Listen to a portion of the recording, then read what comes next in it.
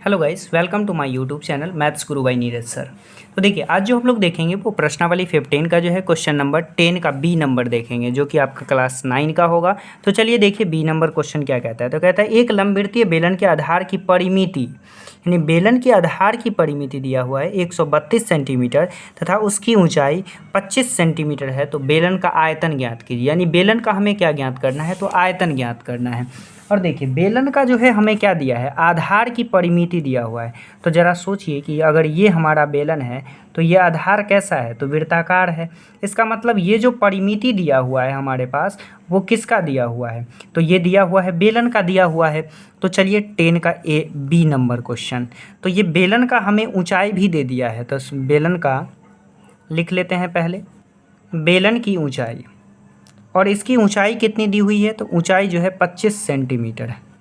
और बेलन का जो है आधार की परिमिति, तो हम लिखते हैं बेलन के आधार की परिमिति, बेलन की आधार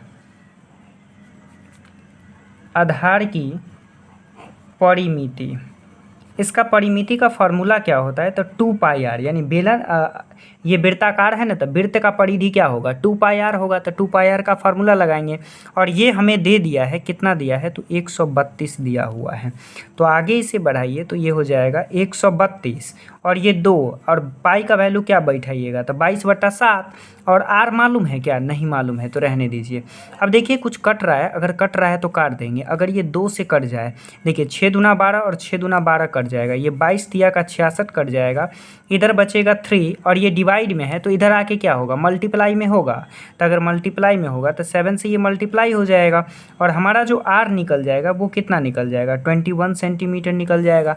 और जब त्रिज्या हमें मिल गया है तो क्या इसका आयतन नहीं निकलेगा। तो अब निकालिए बेलन का आयतन,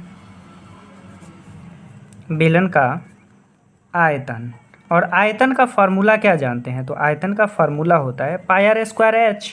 क्या यही होता है ना, बिल्कुल होता है। देखिए पाई का वैल्यू क्या जानते हैं, 22/7, और आर का वैल्यू क्या जानते हैं, तो आर का वैल्यू तो अभी ही निकाले हैं, कितना निकाले हैं, तो ये निकाले हैं हम 21, और इंटू का 21, और h कितना है, तो h हमें क्वेश्चन में दे दिया है कि 25 है, तो भाई 25 रख लीजिए। ये कितना से कट जाएगा, तो 3 से कट जाएगा। अब ये 22 तिया का कितना हो जाएगा, 66 हो जाएगा ना, तो ये 66 लिखिए, और 21, और इंटू का कितना 25। अब सबको मल्टीप्लाई कर दीजिए। अगर हम सबको मल्टीप्लाई करते हैं तो कितना आ जाएगा, सबसे पहले तो आप 21 को 66 से कीजिए, और जब 21 को 66 से करेंगे तो कितना आएगा, ज़रा सोचिए।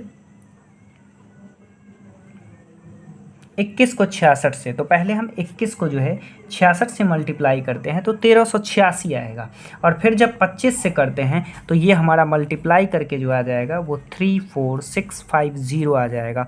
और ये क्या है, तो आयतन है ना, तो आयतन का जो ऐसा यूनिट होता है वो क्या होता है, सेंटीमीटर क्यूब लगाएंगे। तो यहाँ हम क्या लगा दिए, सेंटीमीटर क्यूब लगा दिए, और यही हमारा क्या हो गया, तो आंसर हो गया।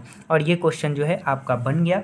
तो चलिए अब इसका अगला क्वेश्चन देखते हैं अगले वीडियो में। तो आज के लिए इतना ही रहने दीजिए। Thank you for watching this video.